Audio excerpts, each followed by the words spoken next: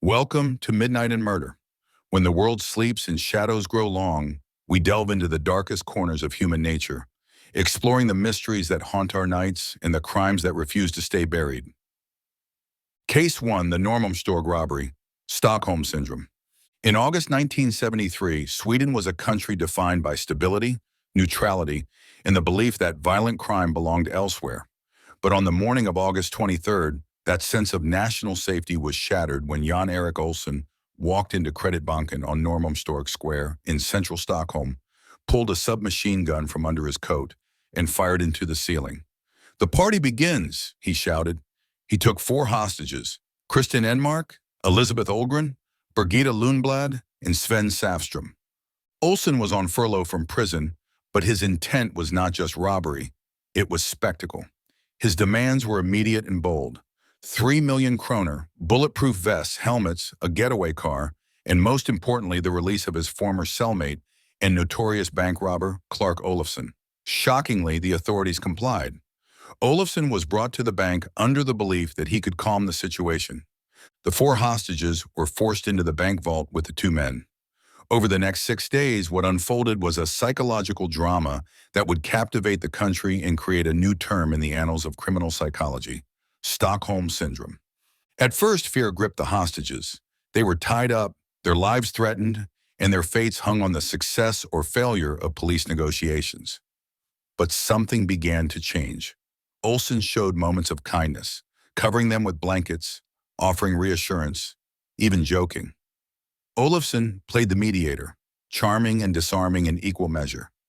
Soon, the hostages began to see their captors not as monsters, but as protectors, especially when it became clear that the police might be willing to sacrifice them to end the standoff.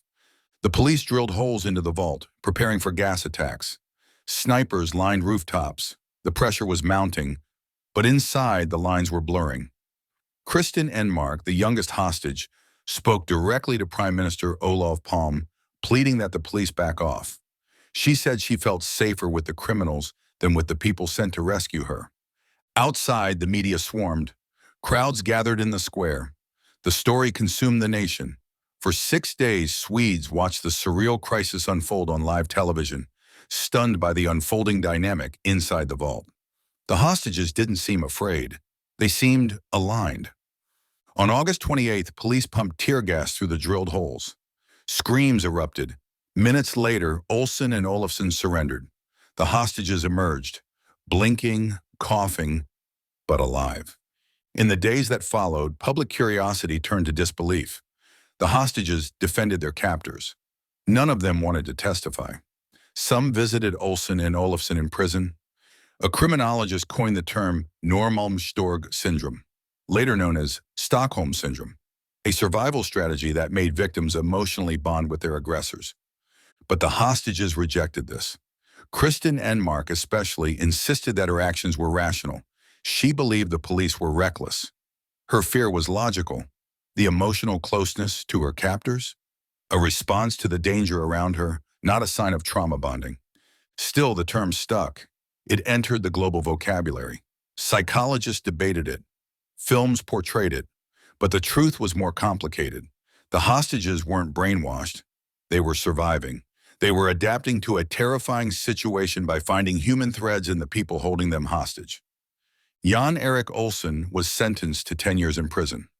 Clark Olofsson, initially convicted, was later acquitted.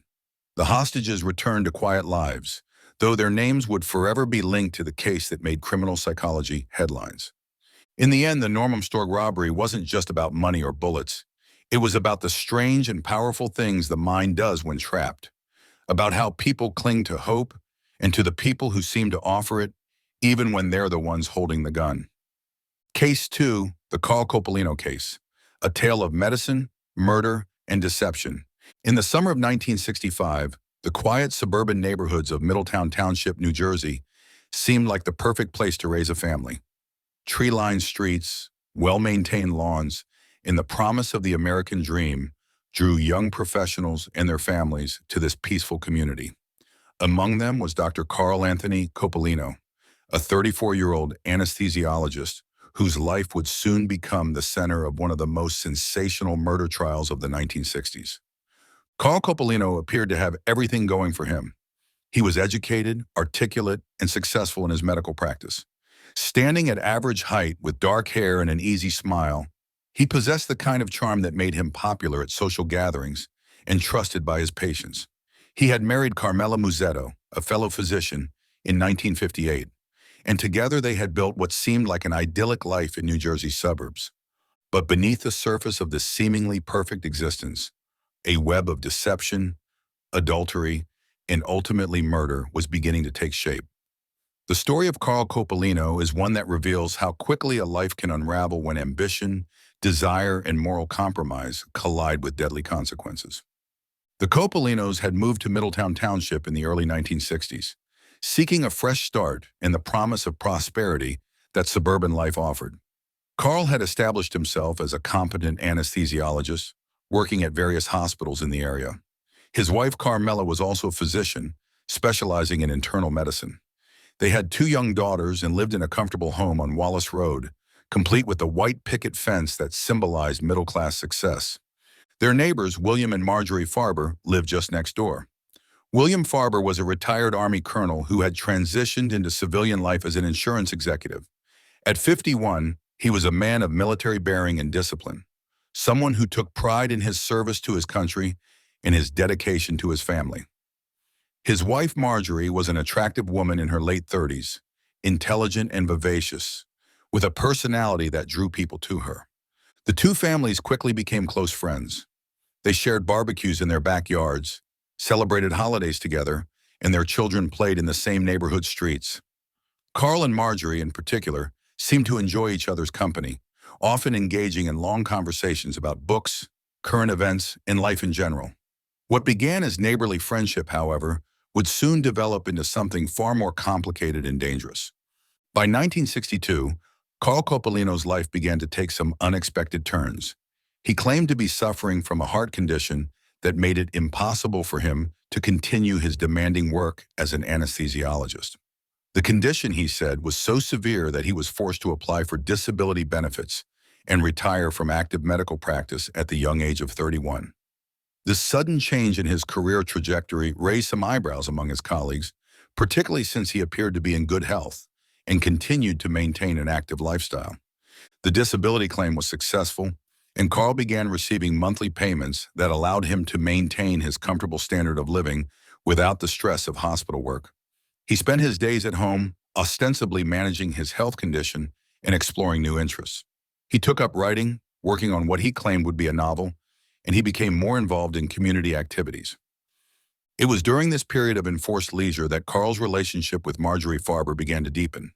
With more time on his hands and Marjorie often alone while her husband worked long hours, they found themselves spending increasing amounts of time together. What started as innocent conversations over the back fence gradually evolved into something more intimate and dangerous. Marjorie Farber was a woman who seemed to have everything she could want in life, but she was also someone who craved excitement and intellectual stimulation. Her husband, while a good provider and devoted father, was perhaps not the most exciting companion. He was methodical, practical, and somewhat set in his ways. Carl, on the other hand, represented something different. He was younger, more spontaneous, and possessed a certain charisma that Marjorie found irresistible. The affair between Carl Coppolino and Marjorie Farber began sometime in late 1962 or early 1963. It was conducted with the kind of careful planning that one might expect from two intelligent people who understood the stakes involved. They met when their spouses were away, communicated through coded messages, and maintained the facade of being nothing more than friendly neighbors. But affairs of this nature rarely remain secret forever, and the emotional intensity of their relationship began to create complications that neither had fully anticipated.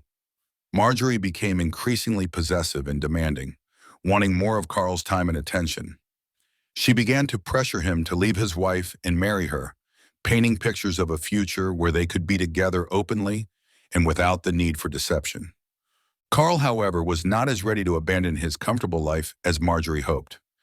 He enjoyed the excitement of the affair, but he also appreciated the security and respectability that his marriage to Carmela provided. This created a tension that would only grow more acute as time passed. The situation became even more complicated in 1963 when the Copolinos decided to move to Florida. Carl claimed that the warmer climate would be better for his heart condition, and they purchased a home in Longboat Key, a barrier island off the coast of Sarasota. This move was devastating to Marjorie, who saw it as Carl's way of ending their relationship without having to confront the issue directly. But Carl had underestimated Marjorie's determination. Rather than accepting the end of their affair, she convinced her husband to move to Florida as well. William Farber, unaware of his wife's true motivations, agreed to the relocation, seeing it as an opportunity for a fresh start in retirement. The Farbers purchased a home in Sarasota, not far from where the Copolinos had settled. The reunion in Florida initially seemed to rekindle the romance between Carl and Marjorie. They resumed their affair with renewed passion, meeting secretly while their spouses went about their daily routines. But the pressure of maintaining their deception in a new environment, combined with the ongoing tension about the future of their relationship, began to take its toll. By the summer of 1963, Marjorie had become increasingly insistent that Carl leave Carmela and marry her. She threatened to expose their affair if he didn't commit to their future together. Carl found himself trapped between his desire to maintain his comfortable status quo and his fear of the consequences if Marjorie carried through on her threats. It was against this backdrop of mounting pressure and increasing desperation that the events of July 1963 began to unfold.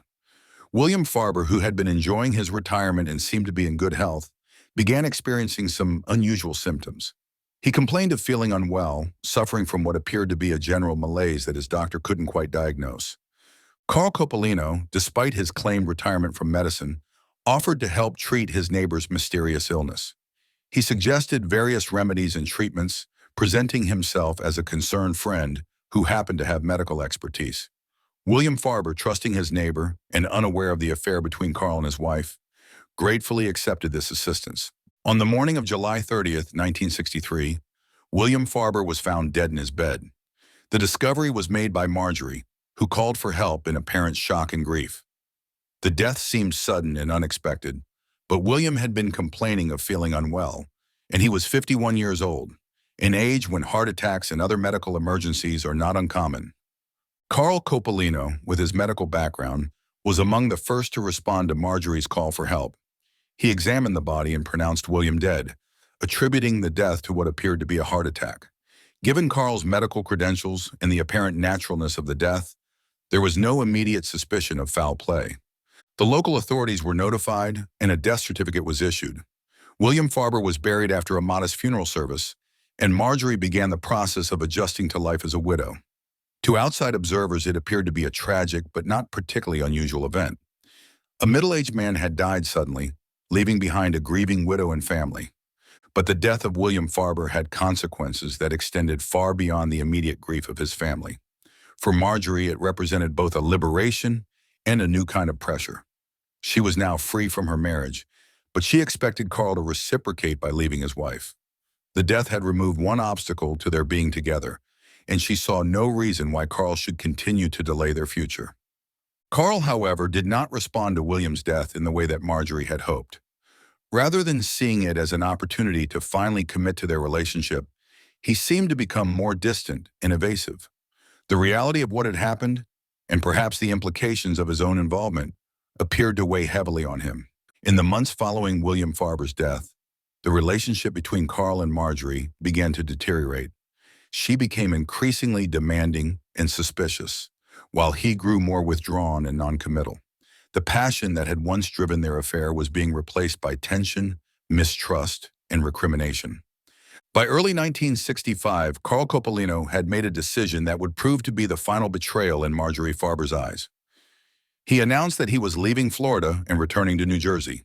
More shocking still, he revealed that he had fallen in love with another woman, Mary Gibson, whom he planned to marry.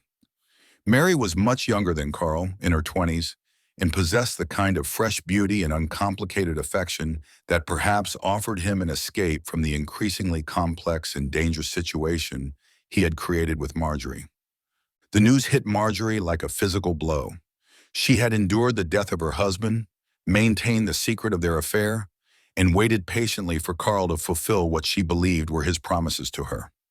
Now she was being abandoned for a younger woman, left alone with her grief, her secrets, and her growing suspicions about what had really happened to William. Carl's decision to leave Florida and marry Mary Gibson was not just a personal betrayal in Marjorie's mind. It was also a revelation about his character that forced her to reconsider everything she thought she knew about him. If he could abandon her so callously after everything they had shared, what else might he be capable of? But there was another development that would prove even more significant in the unfolding drama. On August 28, 1965, Carmela Coppolino, Carl's wife and the mother of his children, died suddenly at their home in Longboat Key. She was only 32 years old and had been in apparent good health. The circumstances of Carmela's death were strikingly similar to those of William Farber 2 years earlier. She was found dead in bed early in the morning, with no obvious signs of violence or struggle. Carl once again was the one who discovered the body and pronounced her dead. He attributed her death to a heart attack, despite her young age and lack of any known heart problems. This second sudden death in Carl Coppolino's immediate circle might have raised suspicions under normal circumstances. But Carl had an explanation ready. He claimed that Carmela had been suffering from an undiagnosed heart condition, similar to his own claimed ailment. He suggested that there might be a genetic component to their heart problems, and that the stress of his own health issues had taken a toll on his wife. The local authorities in Florida accepted Carl's explanation, and Carmela was buried without an autopsy being performed. Carl, now a widower, was free to pursue his relationship with Mary Gibson without the complications of divorce proceedings or custody battles. But Marjorie Farber was watching these developments with growing alarm and suspicion.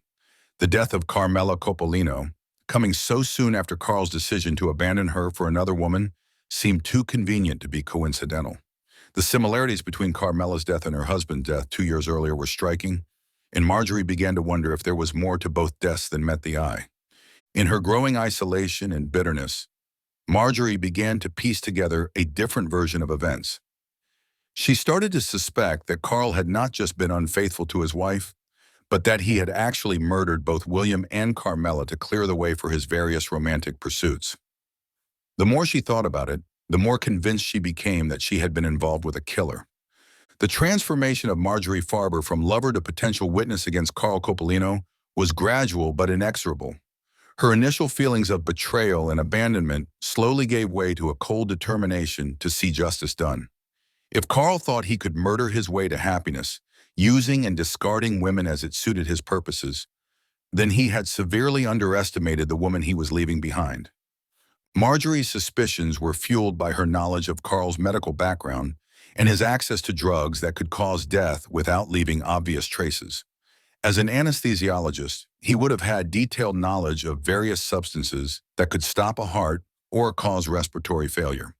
He would also have known how to administer such substances in ways that would be difficult to detect in a routine examination. The more Marjorie thought about the circumstances of her husband's death, the more convinced she became that it had not been natural. William had been in relatively good health, and his sudden death had coincided perfectly with the mounting pressure she had been placing on Carl to leave his wife. Similarly, Carmela's death had occurred just as Carl was preparing to start a new life with Mary Gibson. By late 1965, Marjorie Farber had made a decision that would change everything. She would go to the authorities with her suspicions about Carl Coppolino. She would tell them about their affair, about the pressure that had been building in their relationship, and about her growing conviction that Carl had murdered both her husband and his own wife. The decision to come forward was not an easy one for Marjorie. It meant exposing her own adultery and acknowledging her role in the events that had led to her husband's death. It meant facing public scrutiny and potentially damaging her own reputation and that of her family. But her desire for justice, and perhaps her need for revenge against the man who had used and abandoned her, ultimately overcame these concerns. In December 1965, Marjorie Farber contacted the authorities in both Florida and New Jersey to report her suspicions about Carl Coppolino. She told investigators about the affair, about the timing of the deaths, and about Carl's medical knowledge and access to drugs. She painted a picture of a calculating killer who had used his medical expertise to commit what he believed would be perfect murders. The authorities initially received Marjorie's allegations with some skepticism. She was, after all, a woman scorned, and her motivations for coming forward were clearly mixed. But the similarities between the two deaths, combined with Carl's medical background and the timing of the events, were enough to warrant further investigation. The first step was to obtain permission to exhume the bodies of both William Farber and Carmela Coppolino for proper autopsies. This was a significant undertaking, particularly in the case of William Farber, whose body had been buried for over 2 years. But advances in forensic medicine had made it possible to detect certain types of poisons, even after extended periods of decomposition. The exhumation of William Farber's body took place in January 1966, more than 2.5 years after his death. The autopsy was performed by Dr. Milton Halpern, the chief medical examiner of New York City and one of the most respected forensic pathologists in the country. Dr. Halpern's examination revealed something that the original cursory examination had missed: evidence of violence. There were signs that William Farber had been struck in the head, possibly with a blunt object, before his death. More significantly, Dr. Halpern found traces of succinylcholine chloride in the tissue samples. Succinylcholine chloride is a muscle relaxant used in anesthesia that, when administered in large doses, can cause paralysis and death by respiratory failure. It was exactly the kind of drug that an anesthesiologist like Carl Coppolino would have had access to and knowledge about. The discovery of succinylcholine chloride in William Farber's remains was a bombshell. This was not a drug that would be found naturally in the human body, and its presence could only be explained by deliberate administration. Combined with the evidence of head trauma, it painted a picture of a man who had been attacked and then poisoned. The exhumation and autopsy of Carmela Coppolino's body followed shortly after. Her remains also showed traces of succinylcholine chloride, though the evidence was not as clear-cut as in her husband's case due to the shorter time since death and different burial conditions. Nevertheless, the presence of the drug in both bodies created a compelling pattern that supported Marjorie Farber's allegations. Armed with this forensic evidence, authorities moved quickly to arrest Carl Coppolino. He was taken into custody in February 1966 and charged with the murders of both William Farber and his wife Carmela. The arrest sent shockwaves through the communities where Carl had lived, as friends and neighbors struggled to reconcile the charming doctor they knew with the cold-blooded killer he was alleged to be. Carl Coppolino maintained his innocence from the moment of his arrest. He denied having any involvement in either death and claimed that the forensic evidence had been misinterpreted or contaminated. His defense team, led by the flamboyant attorney F. Lee Bailey, prepared for what they knew would be a high-profile battle to save their client's life. F. Lee Bailey was already gaining a reputation as one of the most skilled criminal defense attorneys in the country. He had successfully defended several high-profile clients and was known for his aggressive courtroom tactics and his ability to create reasonable doubt in the minds of jurors. He would need all of his skills to defend Carl Coppolino against what appeared to be overwhelming evidence. The prosecution's case was built around several key elements: the forensic evidence showing the presence of succinylcholine chloride in both victims, Marjorie Farber's testimony about the affair and Carl's behavior, and the circumstantial evidence showing Carl's motive and opportunity to commit both murders. The timing of the deaths, coinciding with pressure points in Carl's personal relationships, was particularly damaging. Bailey's defense strategy focused on attacking the credibility of both the forensic evidence and Marjorie Farber's testimony. He argued that the succinylcholine chloride could have been introduced into the bodies through contamination during the exhumation process or through natural decomposition. He also painted Marjorie as a vindictive woman whose testimony was motivated by jealousy and revenge rather than a desire for justice. The first trial for the murder of William Farber took place in New Jersey in the summer of 1966. The trial was a media sensation, with reporters from around the country covering every detail of the proceedings. The testimony was sensational, involving adultery, alleged murder, and the kind of suburban intrigue that captured the public imagination. Marjorie Farber was the prosecution's star witness, and her testimony was both compelling and damaging. She described in detail her affair with Carl, the pressure he had been under to leave his wife, and her growing suspicions about her husband's death. She painted a picture of a man who was willing to kill to get what he wanted, and who had used his medical knowledge to commit what he believed would be undetectable murders. Under cross-examination by F. Lee Bailey, Marjorie faced a withering attack on her credibility and motivations. Bailey suggested that she was a spurned lover who had concocted the entire story to get revenge on the man who had rejected her. He pointed out inconsistencies in her testimony and questioned why she had waited so long to come forward with her suspicions. The forensic evidence was equally controversial. Dr. Milton Halpern testified about his findings, explaining how he had detected the succinylcholine chloride and what its presence meant. But Bailey's expert witnesses challenged these findings, arguing that the tests were unreliable and that the substance could have been introduced through other means. The jury in the New Jersey trial ultimately found Carl Coppolino not guilty of murdering William Farber. The verdict was seen as a victory for F. Lee Bailey's aggressive defense tactics and a vindication of his strategy of attacking both the forensic evidence and Marjorie Farber's credibility. But the celebration would be short-lived, as Carl still faced trial in Florida for the murder of his wife. The Florida trial took place in Naples in early 1967 and proved to be a very different affair from the New Jersey proceedings. The prosecution had learned from the earlier trial and refined their approach, focusing more heavily on the forensic evidence and less on Marjorie Farber's testimony. They also had the advantage of trying Carl for the murder of his own wife, which struck many observers as an even more heinous crime than the killing of a neighbor. The forensic evidence in the Florida trial was more compelling than it had been in New Jersey. The shorter time between death and exhumation meant that the evidence was better preserved, and new tests had been developed that made the detection of succinylcholine chloride more reliable. Dr. Halpern again testified for the prosecution, and this time his findings were more difficult for the defense to challenge. F. Lee Bailey mounted a vigorous defense, but he was fighting an uphill battle. The evidence against Carl was stronger, and the jury seemed less receptive to his attacks on the prosecution's case. The fact that Carl had married Mary Gibson shortly after his wife's death also made him appear callous and calculating in the eyes of many observers. The Florida jury deliberated for several hours before returning a verdict of guilty of second-degree murder. Carl Coppolino was sentenced to life in prison, a verdict that sent shockwaves through the legal community and marked the end of one of the most sensational criminal cases of the 1960s.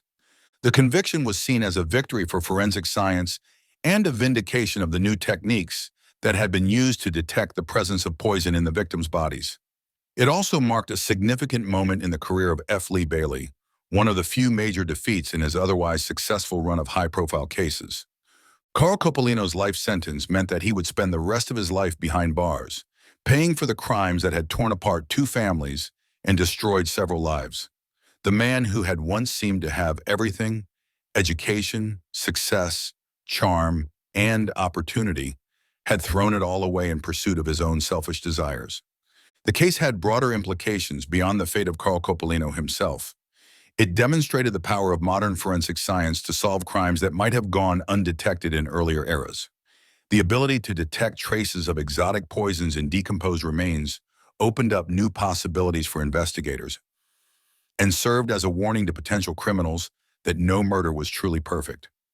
The case also highlighted the destructive power of adultery and deception. What had begun as a simple affair between neighbors had escalated into a series of murders that destroyed multiple lives.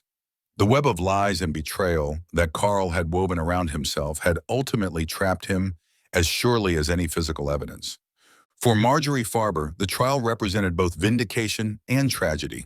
She had succeeded in bringing her husband's killer to justice, but at enormous personal cost. Her reputation had been destroyed, her private life exposed to public scrutiny, and she was forced to live with the knowledge that her own actions had contributed to the chain of events that led to her husband's death.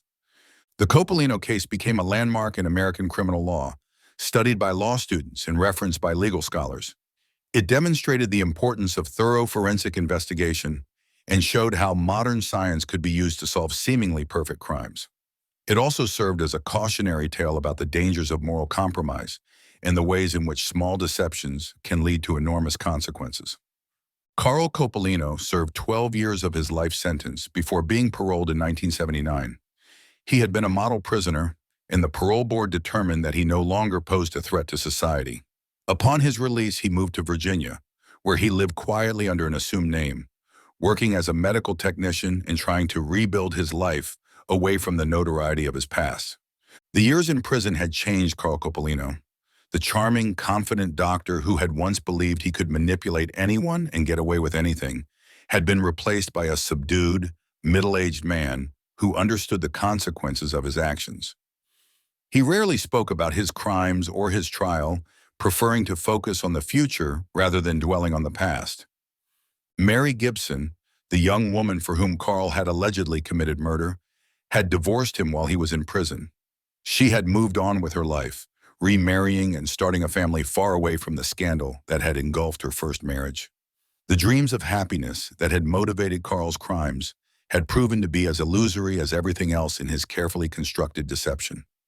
The case continued to fascinate true crime enthusiasts and legal scholars for decades after the trial. Books were written about the case, including accounts by both F. Lee Bailey and some of the key investigators. The story was adapted for television and referenced in countless discussions of forensic science and criminal psychology. The Coppolino case also contributed to changes in how suspicious deaths are investigated. The success of the forensic evidence in securing a conviction led to greater emphasis on proper autopsy procedures and more sophisticated testing for exotic poisons. It helped establish protocols that are still used today in cases where unusual substances are suspected. The psychological aspects of the case also attracted attention from criminal profilers and behavioral analysts. Carl Coppolino represented a particular type of killer, the charming psychopath who uses his intelligence and social skills to manipulate others and commit crimes he believes he can get away with. His case became a textbook example of how such individuals operate and how they can be caught. The impact on the families involved was devastating and long-lasting. The Farber children grew up knowing that their father had been murdered by a family friend, while the Coppolino daughters had to live with the knowledge that their father had killed their mother. These innocent victims of Carl's crimes carried scars that would last their entire lives. The case also had implications for the medical profession. The idea that a doctor, someone sworn to heal and protect life, could use his medical knowledge to commit murder was particularly disturbing to both the medical community and the general public. It led to discussions about medical ethics and the potential for abuse of medical knowledge. As the years passed, the Coppolino case began to fade from public memory, replaced by newer scandals and more recent crimes. But for those who lived through it, and for the students of criminal law who continue to study it, the case remains a powerful reminder of how quickly a life can spiral out of control when moral boundaries are crossed. Carl Coppolino died in 2003, 24 years after his release from prison. He had lived his final years in relative obscurity, known only to a few close friends and family members who had accepted him despite his past. His death went largely unnoticed by the media, a stark contrast to the intense publicity that had surrounded his trial and conviction decades earlier. The legacy of the Coppolino case extends beyond the specific crimes and punishments involved. It serves as a study in human nature, showing how intelligence and charm can be turned to evil purposes, and how the pursuit of selfish desires can lead to the destruction of everything one claims to value. It demonstrates the power of forensic science to uncover the truth, even when that truth has been carefully hidden. The case also illustrates the complexity of human relationships and the dangerous territory that lies beyond the boundaries of conventional morality. What began as a simple extramarital affair escalated into multiple murders, destroyed families, and ruined lives. The chain of cause and effect that connected Carl's initial infidelity to his ultimate conviction shows how one bad decision can lead to increasingly desperate measures. Perhaps most importantly, the Coppolino case serves as a reminder that no crime is perfect, and no criminal is beyond the reach of justice. Carl believed that his medical knowledge and careful planning would allow him to commit undetectable murders. But advances in forensic science and the determination of investigators ultimately brought him to justice. His story stands as a warning to others who might believe they can outsmart the system and get away with the ultimate crime. The quiet suburban street where the Coppolino and Farber families once lived as neighbors has long since moved on from the notoriety that once surrounded it.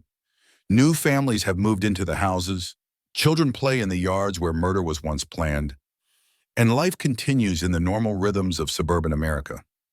But the memory of what happened there serves as a reminder that evil can lurk behind the most ordinary facades, and that the price of moral compromise can be higher than anyone imagines. The story of Carl Copolino is ultimately a tragedy, not just for his victims, but for the man himself. He possessed intelligence, education, and opportunity that could have led to a life of genuine accomplishment and happiness. Instead, he chose a path of deception and violence that destroyed not only the lives of others, but his own as well. His case remains a powerful cautionary tale about the choices we make and the consequences we must face.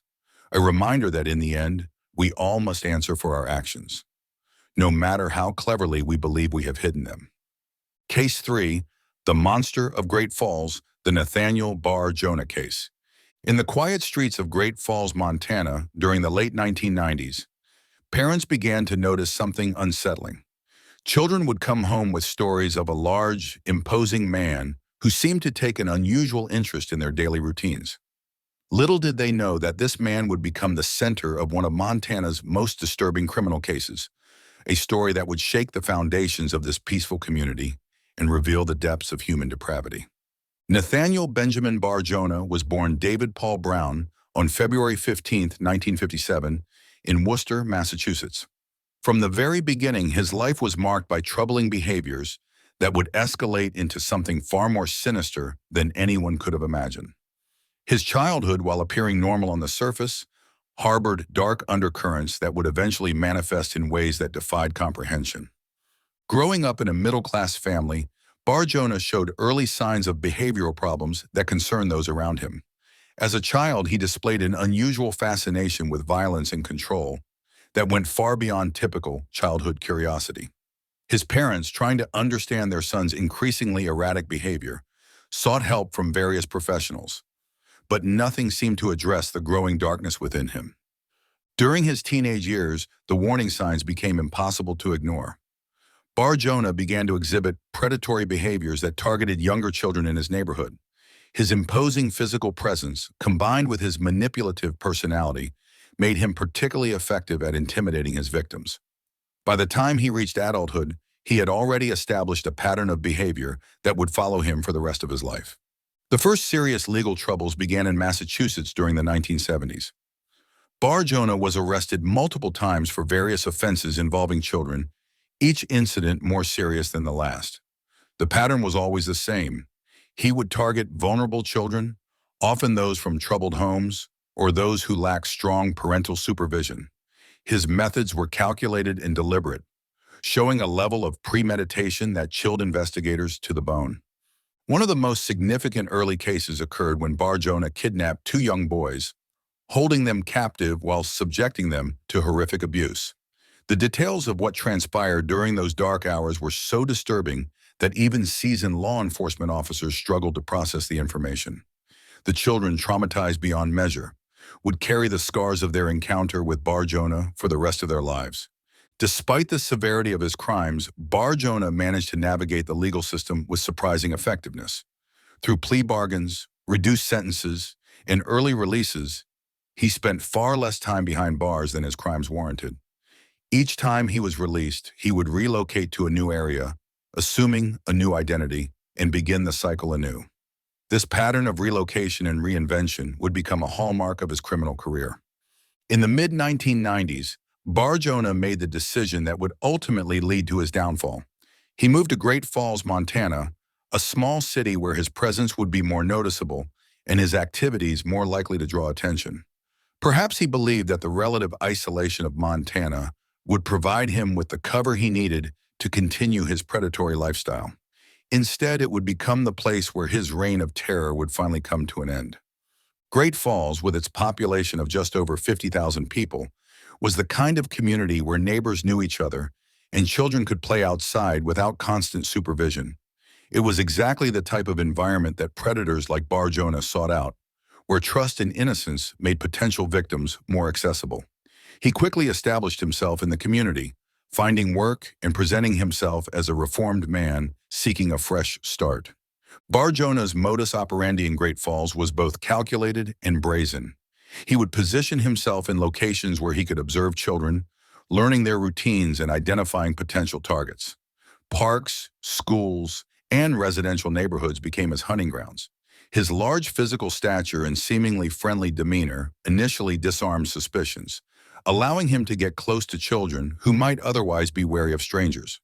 The case that would ultimately define Bar Jonah's legacy began on February 6, 1996, when 10-year-old Zachary Ramsey disappeared while walking to school.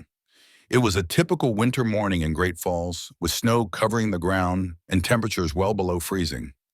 Zachary had left his home at his usual time, following the same route he had taken countless times before. But on this particular morning, he never arrived at his destination. The initial response to Zachary's disappearance was swift and comprehensive. Local law enforcement, assisted by state and federal agencies, launched an extensive search operation. Volunteers from the community joined the effort, combing through every possible location where a child might hide or be hidden. The search expanded beyond Great Falls, covering hundreds of square miles of Montana wilderness. But no trace of Zachary was found. As the investigation progressed, Bar Jonah's name began to surface with increasing frequency. Several witnesses reported seeing a large man in the vicinity of Zachary's route to school on the morning of his disappearance. Others recalled previous encounters with Bar Jonah that had left them feeling uncomfortable, though they couldn't quite articulate why. The pieces of the puzzle were slowly coming together, painting a disturbing picture of a predator operating within their community. The breakthrough in the case came when investigators discovered Bar Jonah's criminal history in Massachusetts. The revelation that a convicted child predator had been living among them sent shockwaves through the Great Falls community. Parents who had previously felt secure in their small-town environment suddenly found themselves questioning everyone around them. The trust that had defined their community was shattered, replaced by fear and suspicion. Law enforcement's focus intensified on Bar Jonah, and what they discovered during their investigation defied comprehension. In his residence, they found a collection of evidence that painted a picture of obsession and depravity. Photographs of local children, detailed notes about their daily routines, and items that appeared to belong to various missing children were scattered throughout his home. But perhaps most disturbing of all were the journals and writings that provided a window into Bar Jonah's twisted mind. The writings revealed a fantasy world where Bar Jonah viewed himself as having complete control over the children in his community. He wrote detailed accounts of his interactions with various children, describing his thoughts and intentions with a level of detail that made investigators' skin crawl. The documents served as both a confession and a roadmap to his criminal activities, providing law enforcement with crucial evidence of his guilt. Among the most chilling discoveries were recipes and cooking instructions that appeared to reference human flesh.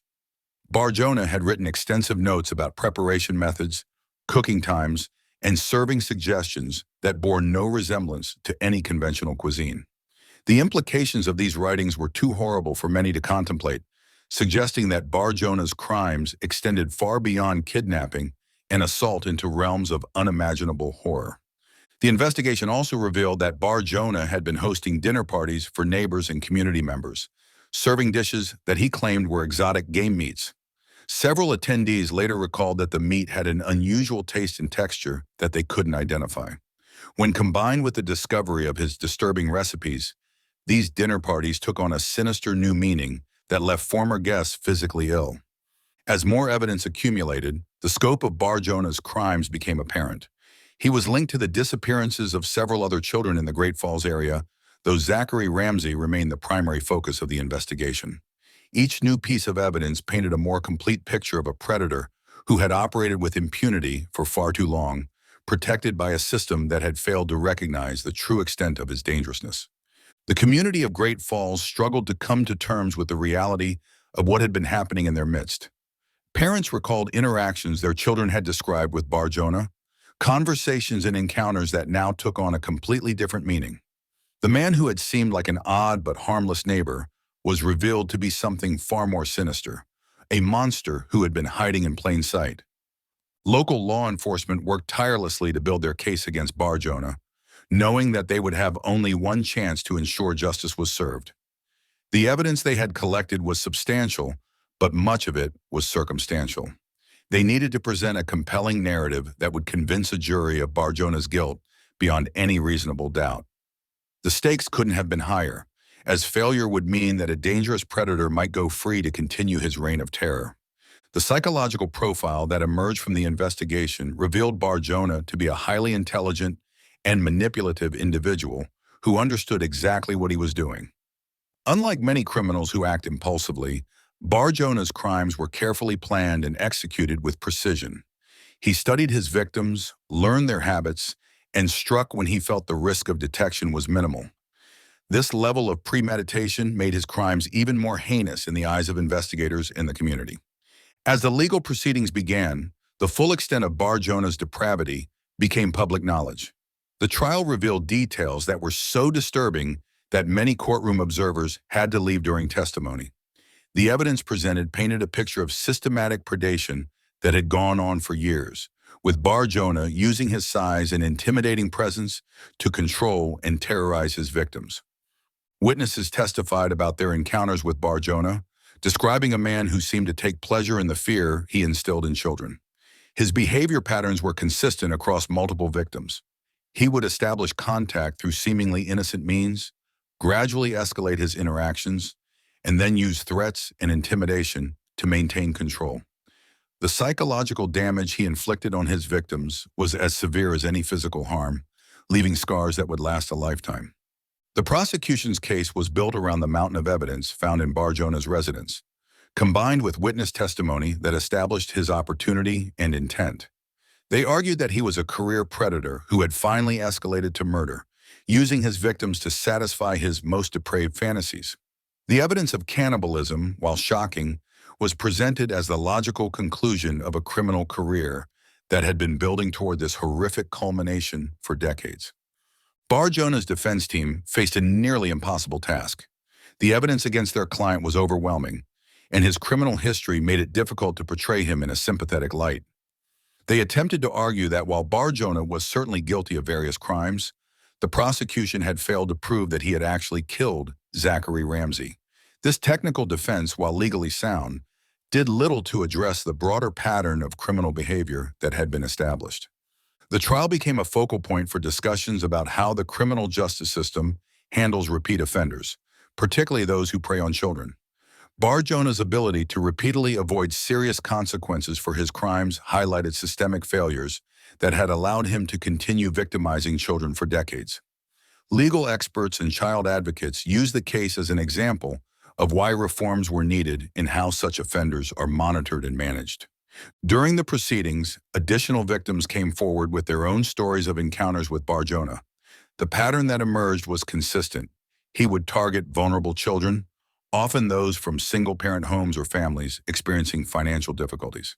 He would offer gifts, rides, or other assistance as a way of establishing contact, then gradually escalate his behavior until the children were too frightened to report what was happening. The impact on the Great Falls community extended far beyond the immediate victims and their families. Parents became hyper-vigilant about their children's activities, and the sense of innocence and safety that had characterized the community was permanently altered. Children who had once played freely outside were now subjected to constant supervision, and strangers were viewed with suspicion and fear. Mental health professionals worked with the community to help residents process the trauma of learning that such evil had been living among them. Support groups were established for parents struggling with guilt over not recognizing the danger, and counseling services were provided for children who had been affected by the case. The healing process would take years, and for some, the scars would never fully fade.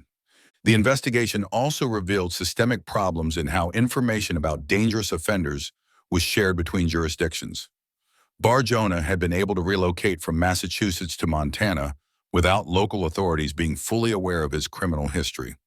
This lack of communication had allowed him to establish himself in Great Falls and begin victimizing children before anyone realized the danger he represented.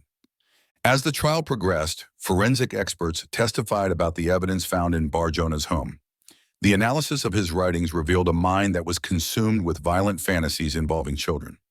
The level of detail in his journals suggested that he had been planning and fantasizing about his crimes for extended periods, making them even more premeditated and calculating than initially thought. The community struggled with questions about how they had failed to recognize the signs of Bar Jonah's true nature. In hindsight, there had been warning signals.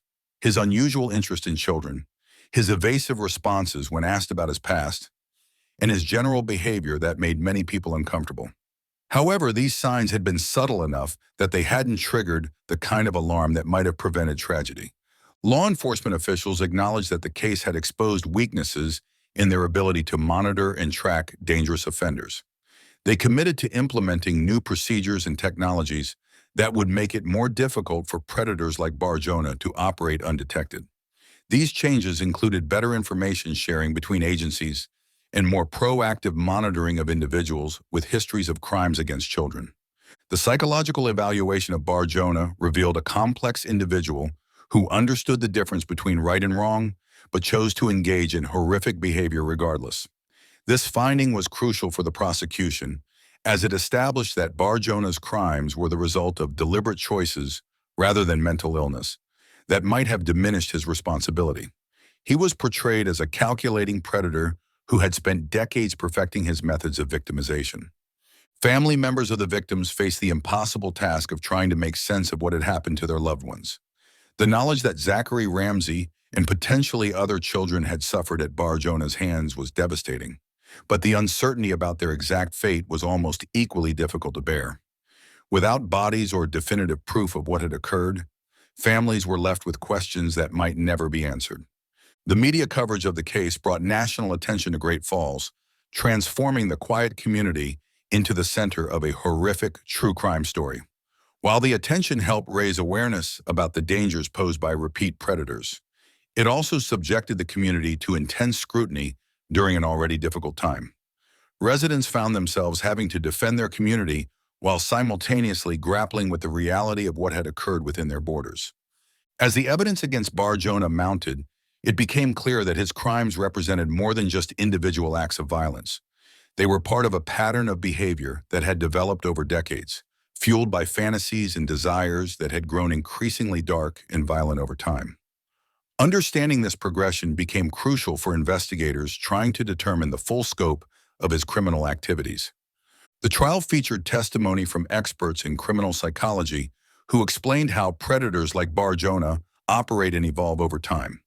They described the grooming process he used to gain access to victims, the manipulation tactics he employed to maintain control, and the escalation pattern that ultimately led to murder.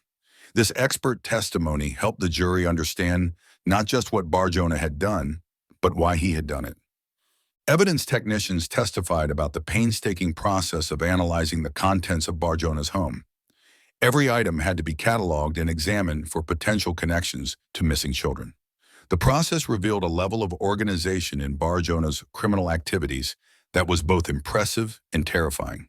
He had maintained detailed records of his interactions with children, almost like a business keeping track of inventory. The discovery of children's clothing and personal items in Bar Jonah's possession provided some of the most compelling evidence of his guilt. These items, which belonged to various missing children, had been kept as trophies or reminders of his crimes. The fact that he had preserved these items demonstrated a level of attachment to his criminal activities that went beyond mere opportunity or impulse. During the investigation, law enforcement officials worked closely with federal agencies to ensure that no stone was left unturned. The FBI's Behavioral Analysis Unit provided insights into Bar Jonah's psychological profile, helping investigators understand his methods and motivations. This collaboration was crucial in building a comprehensive case that addressed not just the specific charges against him, but the broader pattern of criminal behavior he had exhibited. The community's response to the revelations about Bar Jonah was mixed. While there was universal horror at what he had done, there were also feelings of guilt and self-recrimination among residents who wondered if they could have done something to prevent the tragedies. This collective guilt became an important part of the healing process, as community members learned to distinguish between reasonable caution and paralyzing fear. Social workers and child protection advocates used the Bar Jonah case as an opportunity to educate parents and children about the warning signs of predatory behavior. They emphasized that predators often present themselves as helpful, friendly individuals who gradually work to gain trust and access. The case became a teaching tool for helping families recognize and respond to potential threats. The legal proceedings against Bar Jonah were complicated by the fact that while evidence of his guilt was overwhelming, Proving specific charges related to murder was more challenging. Without bodies or witnesses to the actual crimes, prosecutors had to rely on circumstantial evidence and expert testimony to establish what had happened to the missing children. This challenge highlighted the difficulties inherent in prosecuting cases where predators have successfully concealed their victims. As the trial neared its conclusion, the focus shifted to the question of punishment. Given Bar Jonah's history and the severity of his crimes, prosecutors sought the maximum penalty allowed under law. They argued that he represented a clear and ongoing danger to society, particularly to children, and that only the most severe punishment would be adequate to protect future potential victims. The defense, while acknowledging their client's guilt on various charges, continued to maintain that the prosecution had not proven murder beyond a reasonable doubt. They argued for sentences that would keep Bar Jonah imprisoned for the rest of his life without specifically requiring a conviction for murder. This approach reflected the reality that even without a murder conviction, Bar Jonah's other crimes were serious enough to warrant life imprisonment. Throughout the legal proceedings, the families of victims demonstrated remarkable strength and dignity. They attended hearings, provided victim impact statements, and worked to ensure that their loved ones were not forgotten in the legal complexities of the case. Their presence served as a constant reminder of the human cost of Bar Jonah's crimes and the importance of achieving justice. The case also raised important questions about the treatment and monitoring of sex offenders after their release from prison. Bar Jonah's ability to relocate and begin victimizing children in a new community highlighted gaps in the systems designed to protect society from dangerous individuals. These discussions led to policy changes aimed at improving tracking and supervision of high-risk offenders. Mental health professionals who evaluated Bar Jonah found him to be a complex individual who exhibited characteristics of multiple personality disorders. However, they emphasized that his mental state, while abnormal, did not excuse his criminal behavior or diminish his responsibility for his actions. This finding was important for establishing that Bar Jonah was competent to stand trial and fully responsible for his crimes. The investigation into Bar Jonah's activities revealed connections to missing children cases in multiple states, suggesting that his criminal career had been even more extensive than initially believed. Law enforcement agencies across the country began reviewing cold cases involving missing children to determine if there might be connections to Bar Jonah's travels and activities. As the evidence was presented to the jury, the full scope of Bar Jonah's depravity became apparent. The combination of physical evidence, expert testimony, and witness accounts painted a picture of a predator who had operated with impunity for decades. The jury was faced with the difficult task of processing this information and determining appropriate verdicts on the various charges. The community of Great Falls began the long process of healing while the legal proceedings continued. Support groups were established for affected families, and counseling services were made available to help residents cope with the trauma of learning about the crimes that had been committed in their midst. The healing process was complicated by the ongoing media attention and the knowledge that some questions might never be answered. Law enforcement officials used the case as an opportunity to review and improve their procedures for investigating crimes against children. They implemented new protocols for sharing information between agencies and developed better methods for tracking individuals with histories of predatory behavior. These changes were designed to prevent similar cases from occurring in the future. The Bar Jonah case became a subject of study for criminal justice professionals, psychologists, and sociologists interested in understanding how predators operate and how communities can better protect themselves. Academic institutions incorporated the case into their curricula, using it as an example of the complex factors that contribute to serial predation and the challenges involved in investigating such crimes. As the trial concluded, the jury deliberated on verdicts that would determine Bar Jonah's fate. The weight of the evidence was overwhelming, but the legal standards required for various charges meant that some counts might be easier to prove than others. The community waited anxiously for the results, hoping for justice while knowing that no verdict could truly compensate for the losses they had endured. The verdict, when it came, brought a sense of closure to some aspects of the case while leaving other questions unanswered. Bar Jonah was convicted on multiple charges and sentenced to life in prison without the possibility of parole. While this outcome ensured that he would never again have the opportunity to harm children, It could not bring back the victims or fully heal the wounds he had inflicted on the community. In the years following the trial, the case continued to have impacts on Great Falls and the broader criminal justice community. Policy changes were implemented to improve the tracking and monitoring of dangerous offenders, and new procedures were developed for investigating crimes against children.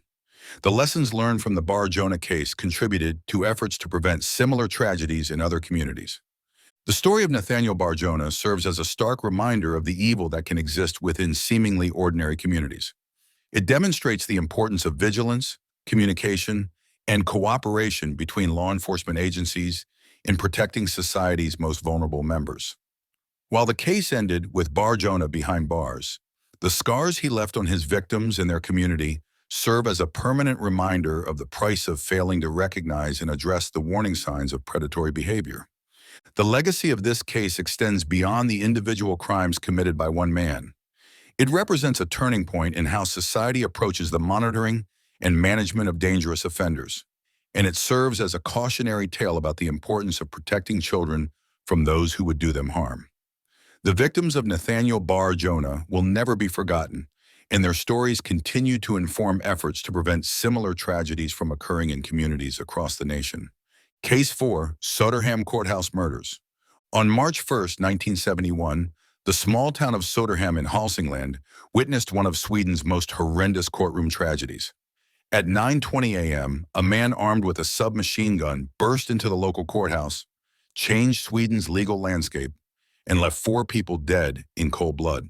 The shooter, Gunnar Bengtsson, had been recently indicted on multiple charges, including embezzlement and fraud. Known locally as a volatile man with a temper and thin skin, he believed the charges to be unjust and thought the court had conspired against him. Courtroom Room 12 was in session, presided over by Judge Erik Holmstrom, with prosecutor Birgitta Lind, court clerk Carl Olof Larsson, and stenographer Ingrid Svensson present. Nearby, 2 security guards stood at the door. Just as court proceedings began, Bengtsson entered calmly, his trench coat hiding a Swedish K-pist, a compact submachine gun. Without warning, he opened fire.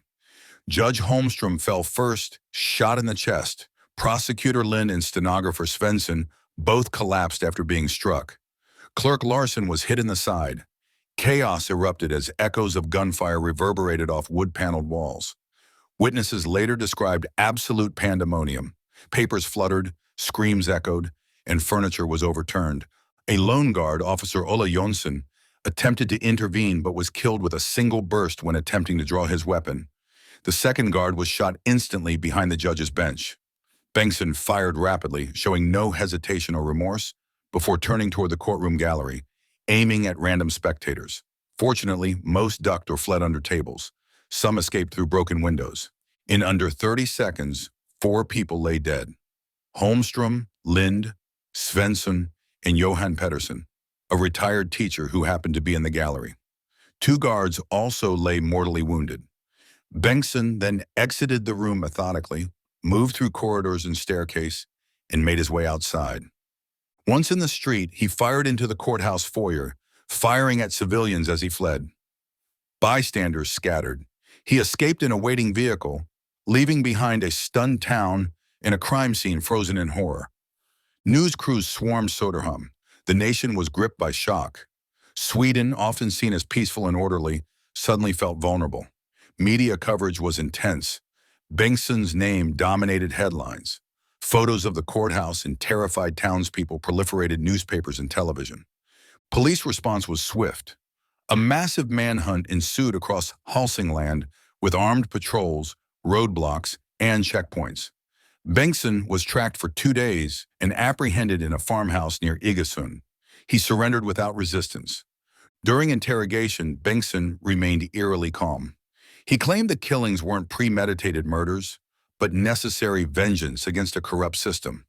Investigators uncovered extensive journals where Bengtsson detailed his grievances, imagined conspiracies, corrupted officials, and perceived betrayals. At trial, Bengtsson was convicted of 6 counts of murder, including the 2 guards and civilian Pettersson. He received a life sentence, later upheld on appeal. Security reforms followed. Courthouse entrances were restructured, metal detectors introduced, visitor screening mandated nationwide.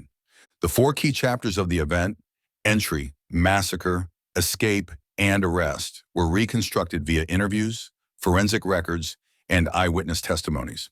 Court transcripts reveal Bengtson's muttered confessions, and stenographer notes record procedural chaos. Forensic experts confirmed trajectory paths and estimated bullet speeds. Local newspapers archived eyewitness quotes. "He came in like a ghost, and then the gun talked for him." Suddenly, the world burst into deafening noise. Over the next 2 decades, the Söderhamn massacre remained etched in Swedish collective memory.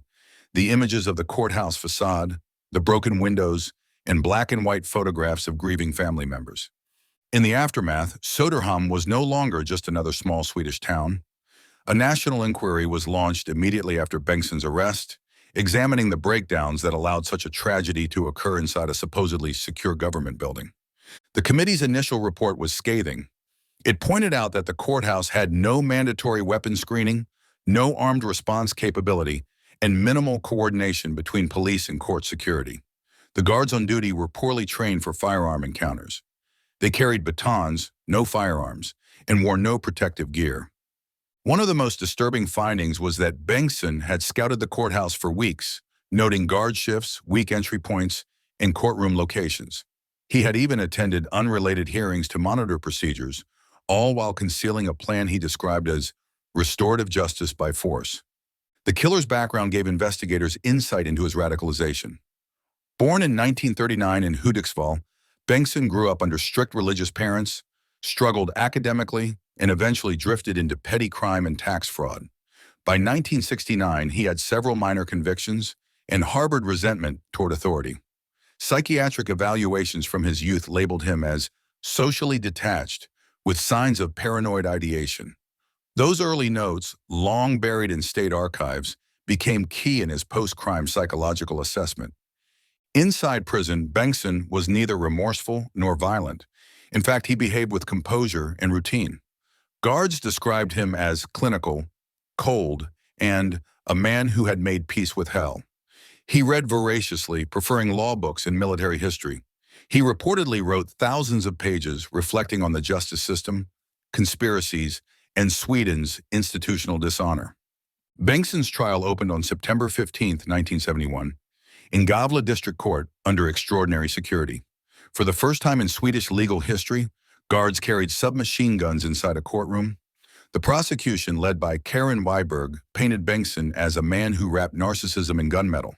The defense, led by public defender Lars Edqvist, argued for insanity, citing Bengtsson's delusions and psychiatric history. Expert testimony varied. One state psychiatrist described Bengtsson as fully criminally responsible, while another classified him as psychotic under pressure. The conflict between legal accountability and mental illness haunted the trial. In his final statement, Bengtsson said, "I only took from the system what it denied me: dignity, control, and the right to strike back." He was found guilty on all counts and sentenced to life imprisonment without parole, incarcerated at the Kumla High Security Prison. The fallout was immense. Sweden's Ministry of Justice implemented new courthouse protocols nationwide. The Court Security Act of 1972 created formalized roles for armed response teams, introduced metal detectors at major court buildings, and mandated courtrooms to have panic buttons and reinforced glass barriers in judge chambers. Söderhamn residents, meanwhile, mourned deeply. Memorials were held for the victims at a packed town square vigil. A bronze plaque was later installed at the courthouse, listing the names of those killed: Judge Eric Holmstrom, Prosecutor Birgitta Lind, stenographer Ingrid Svensson, retired teacher Johan Pettersson, guards Ola Jonsson and Lars Nyström. In the years following the massacre, journalists, documentarians, and historians analyzed the killings from every angle. The story was adapted into a 1977 television docudrama titled Rattens Blod, The Blood of Justice, which reignited public debate about judicial safety. Surviving witnesses were never the same. Court clerk Carl Olof Larsson, who was shot in the shoulder and survived, later wrote a memoir called Bakom Vittnesbasset, Behind the Witness Box, describing the deafening gunfire, blood-slicked benches, and the eerie calm of the killer. Inside Kumla prison, Sweden's highest security facility, Gunnar Bengtsson quickly became an enigma. He spoke little to other inmates, avoided conflicts, and was often found reading or writing alone. His cell was minimalist, bare walls, law books, and thick stacks of handwritten journals. Prison psychologists noted that he exhibited rigid ideological self-justification. He described himself as a legal martyr, asserting that his courtroom massacre had been a necessary judicial purge. He wrote obsessively, penning over 2,000 pages of reflections, theories, and personal manifestos over the next decade. In 1974, one of his journals was smuggled out and partially published by a fringe magazine called Svensk Revision. The writing was erratic, filled with grandiose language and apocalyptic predictions about the Swedish legal system. Authorities clamped down on his correspondence after that. Despite attempts, Bengtsson never appealed his conviction. In a rare interview with Dagens Nyheter in 1979, he stated, "Appeals are for those who accept the legitimacy of their prosecutors. I do not." During the 1980s, Bengtsson's physical health declined. He developed severe arthritis and chronic respiratory issues. Kumla's medical staff managed his care, but Bengtsson refused any psychotropic medications, claiming they would distort my alignment to truth. He remained mentally alert, though increasingly reclusive. Several criminologists visited him over the years, hoping to better understand the psychological underpinnings of spree killers in Scandinavian societies. One, Dr. Ingrid Malm, later published a study citing Bengtsson as a case of narcissistic detachment fused with punitive psychosis. She wrote, "His massacre was not born from spontaneous rage. It was an ideological performance staged in the courtroom of his mind." By 1987, Bengtsson rarely left his cell. Guards reported he began fasting sporadically, claiming, "The state feeds my body, but starves my soul." On October 12, 1988, he was found unresponsive during morning rounds. Cause of death, stroke during sleep at age 49. Per his wishes, Bengtsson was buried in an unmarked grave outside Örebro. His only possession passed on to the state was a 400-page document titled Lex Imperium, the legal betrayal of a Swedish patriot. It was sealed until 1998, then archived in the Swedish National Library's restricted materials. The Söderhamn courthouse murders had enduring consequences. Court security reform, metal detectors, armed security, and controlled visitor access became standard across Sweden. Mental health flagging, judges, lawyers, and law enforcement were trained to better detect violent risk indicators, especially among self-represented defendants. Memorialization. Each March 1st, Söderhamn holds a silent moment in its town hall in memory of the victims. For many Swedes, the name Gunnar Bengtsson is rarely spoken, but his shadow lingers. His case remains a chilling reminder that beneath even the calmest surfaces of society, violent delusions can sometimes take root and erupt in the very institutions meant to contain them. Case 5, The Clown's Shadow. The autumn rain drummed steadily against the windows of the Chicago Police Department's 33rd District as Detective Sarah Martinez reviewed the missing person reports that had been piling up on her desk for months. 27 young men, all between the ages of 15 and 25, all vanished without a trace in the northwest suburbs. The pattern was becoming impossible to ignore. It was December 1978, and the cold Illinois winter seemed to seep into every corner of the precinct building. Sarah had been working missing persons for 8 years, but she'd never seen anything quite like this. The cases stretched back over 3 years, scattered across different jurisdictions, which explained why no one had connected them until now. She spread the photographs across her desk like pieces of a jigsaw puzzle, searching for the connection that would make everything click into place. The first disappearance had been Robert Chen, a 17-year-old honor student who'd left his part-time job at a local pharmacy and never made it home. His car was found 3 blocks away, keys still in the ignition, wallet untouched. No signs of struggle. It was as if he'd simply walked away from his life. But Robert wasn't the type. His parents described him as responsible, focused on college applications, excited about his future. Then came Michael Torres, 19, who'd been working construction during his gap year before starting community college.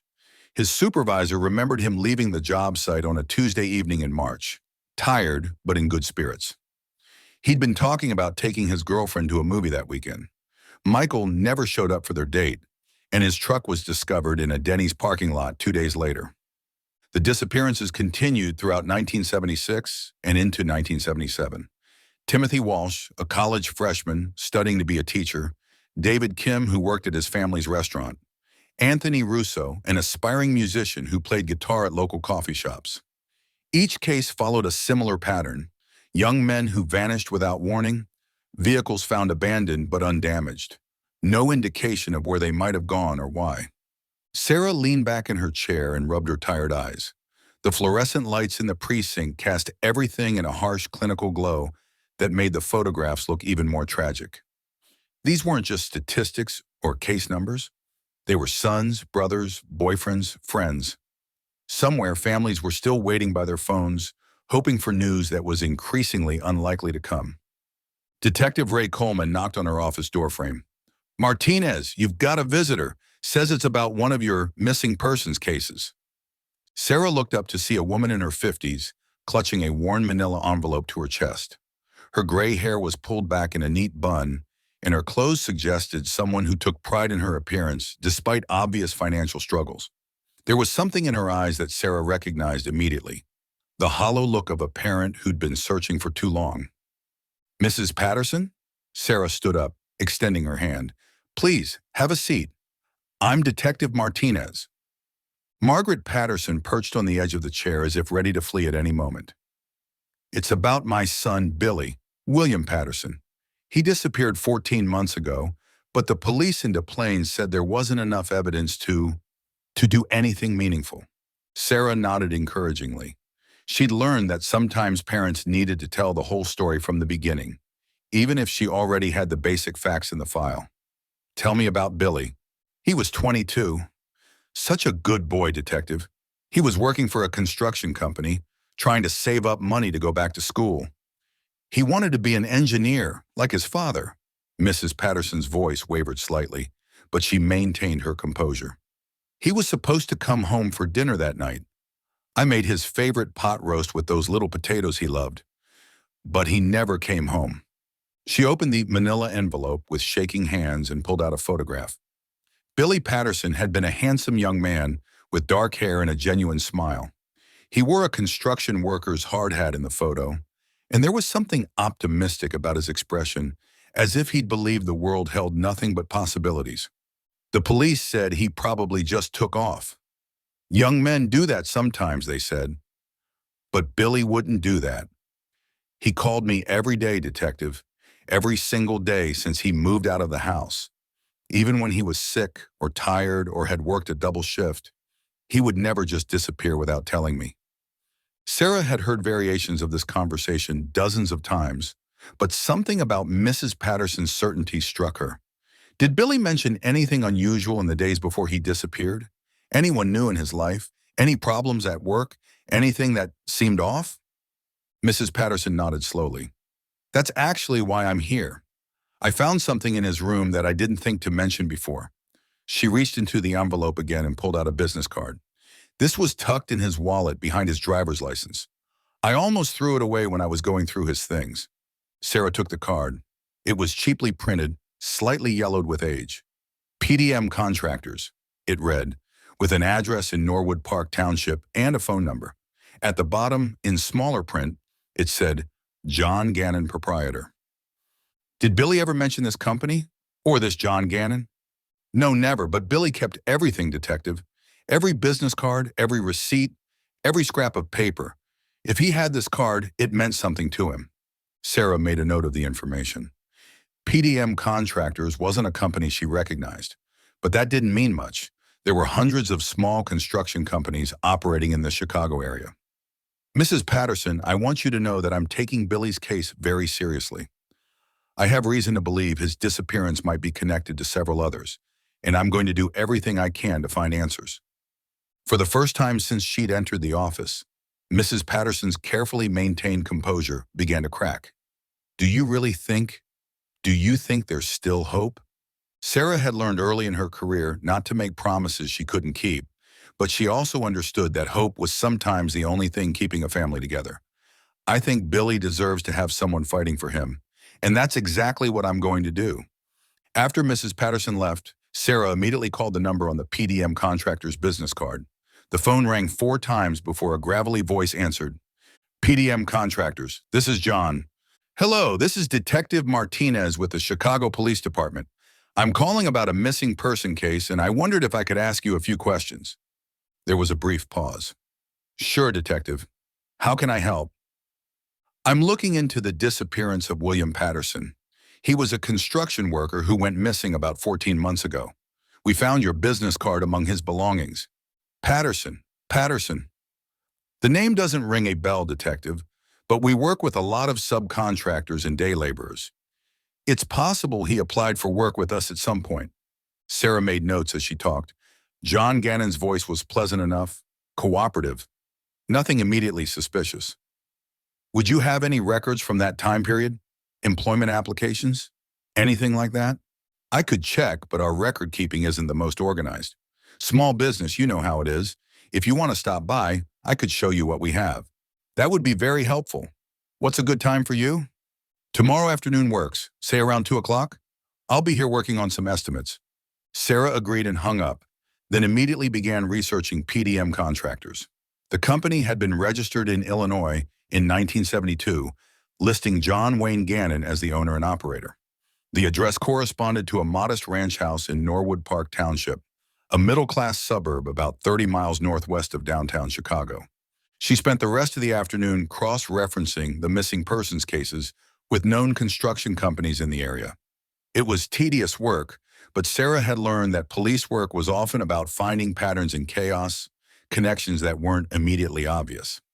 By 6 o'clock, she discovered something interesting. 3 of the missing young men, Billy Patterson, Michael Torres, and David Kim, had all been employed in construction or related trades at the time of their disappearances. It wasn't conclusive, but it was the first real connection she'd found. The next afternoon, Sarah drove out to Norwood Park Township. The neighborhood was quiet and suburban, with well-maintained lawns and the kind of houses that suggested modest prosperity. The PDM contractor's address led her to a ranch-style home with brown siding and a neat front yard. A van parked in the driveway bore the company logo. John Wayne Gannon answered the door with a smile. He was a large man, probably in his mid-30s, with thinning dark hair and a soft, round face. He wore work clothes, jeans, and a flannel shirt, and his hands showed the calluses of someone who did physical labor. Detective Martinez, come on in. I've got some files set up in the kitchen where we can look through them. The house was tidy and unremarkable. Sarah noticed children's drawings on the refrigerator and family photos on the mantelpiece. Gannon led her to a kitchen table where several manila folders were spread out. I went through everything I could find from 1977, Gannon said, pulling out a chair for her. Didn't see any William Patterson, but like I said, our records aren't perfect. Sometimes guys would show up looking for day work and we'd pay them cash. No paperwork. Sarah opened the first folder. It contained invoices, work orders, and a few job applications. The paperwork seemed legitimate, though sparse. Tell me about your business, Mr. Gannon. What kind of work do you do? Little bit of everything. Remodeling, small construction jobs, landscaping. I've got a few guys who work for me regularly, and then we hire additional help as needed. It's seasonal work mostly. Busier in the spring and summer. Do you remember hiring any young men for temporary work in 1977? Particularly guys in their late teens or early 20s? Gannon rubbed his chin thoughtfully. Oh, sure, lots of them. College kids looking for summer work, guys trying to make some extra money. That's pretty common in this business. Sarah continued looking through the files, but nothing jumped out at her. The paperwork seemed routine, even mundane. Still, something about the situation felt off, though she couldn't pinpoint exactly what it was. Mr. Gannon, I have to ask, several young men have gone missing in this area over the past few years. All of them were last seen in circumstances that might have involved construction work. You haven't noticed anything unusual, have you? Anyone asking questions, hanging around job sites, anything like that? For just a moment, Sarah thought she saw something flicker across Gannon's face, but his expression remained pleasant and concerned. That's terrible, Detective. I had no idea. You don't think someone is targeting construction workers specifically? It's too early to say, but I'm trying to track down any connections, any common threads.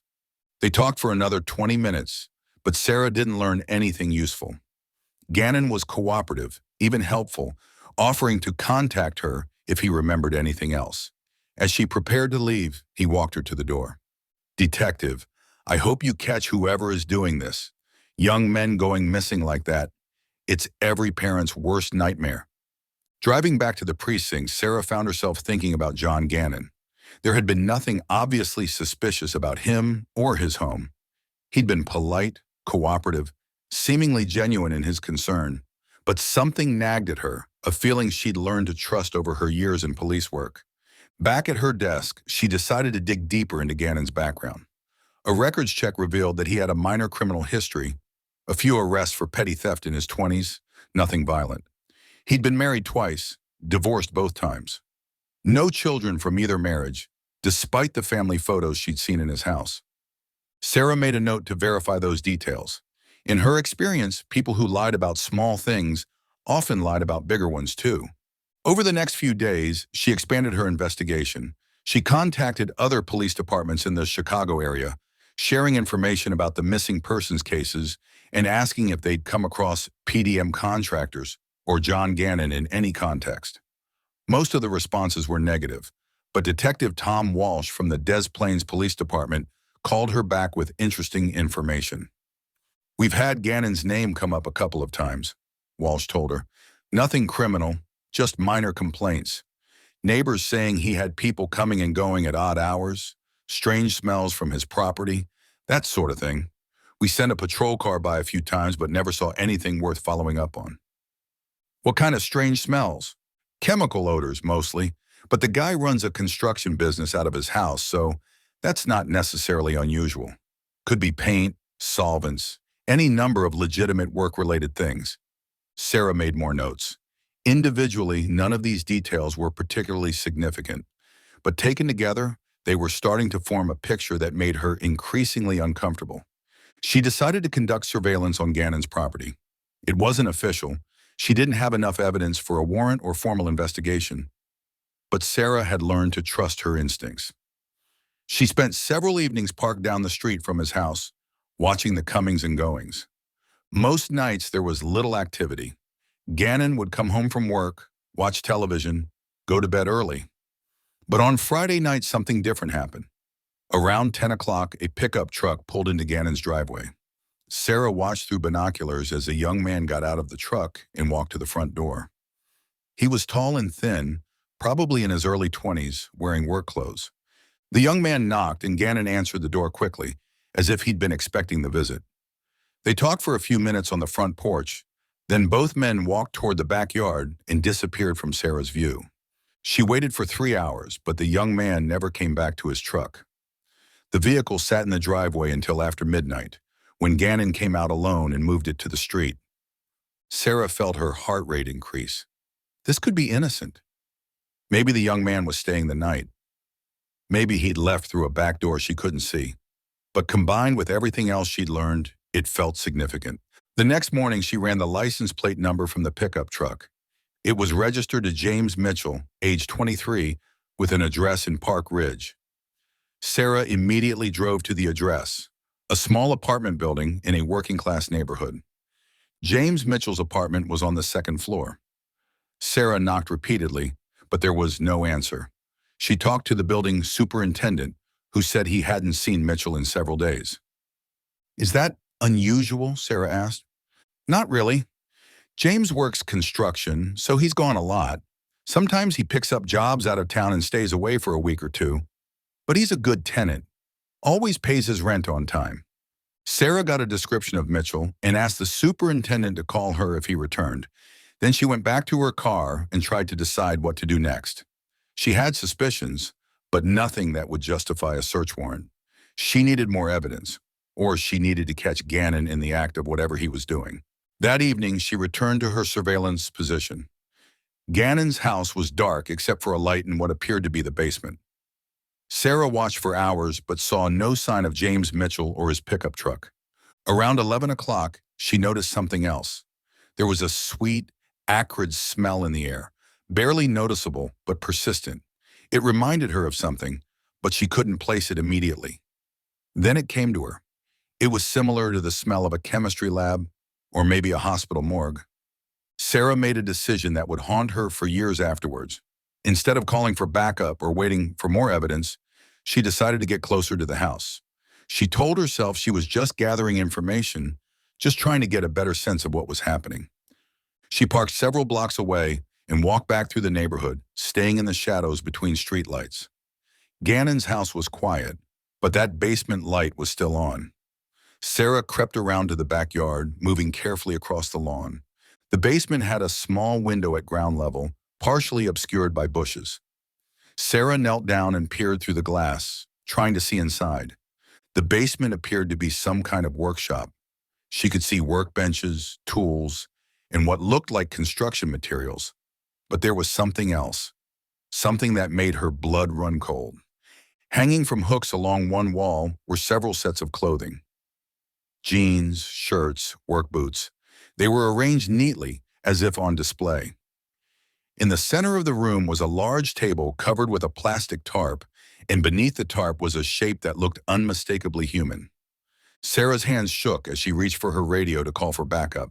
But before she could make the call, she heard footsteps behind her. "Well, Detective Martinez, I was wondering when you'd show up." Sarah spun around to find John Gannon standing behind her, holding a shovel. In the dim light filtering from the basement window, his pleasant, ordinary face looked completely different. The mask had finally slipped. "I saw you watching the house," Gannon continued conversationally. "You're not very good at surveillance, you know. Big city detective, but you stand out like a sore thumb in a neighborhood like this." Sarah's hand moved slowly toward her service weapon. "Mr. Gannon, I'm going to need you to put down the shovel and step back." Gannon chuckled. "I don't think so, Detective. You've seen too much now. Can't have you running back to the station with stories." "There are other officers who know where I am," Sarah lied, hoping to buy time.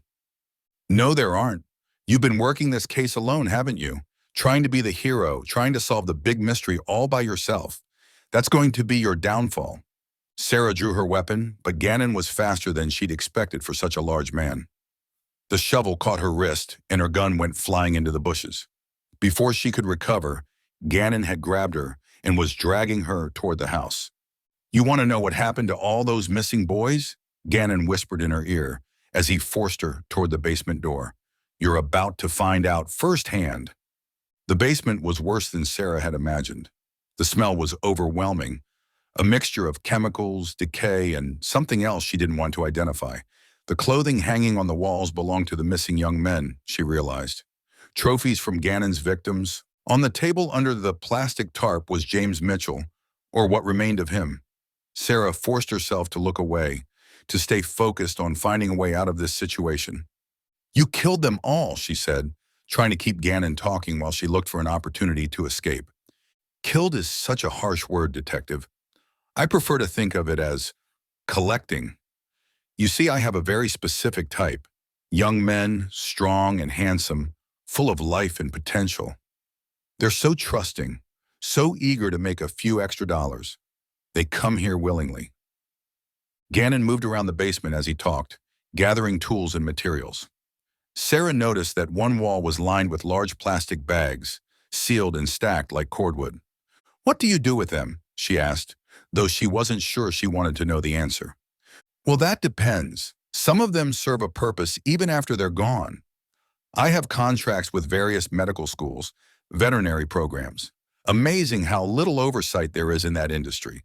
As long as the paperwork looks legitimate, no one asks too many questions." Sarah felt sick. Not only had Gannon been murdering young men, he'd been selling their bodies to medical schools. The scope of his crimes was beyond anything she'd encountered in her career.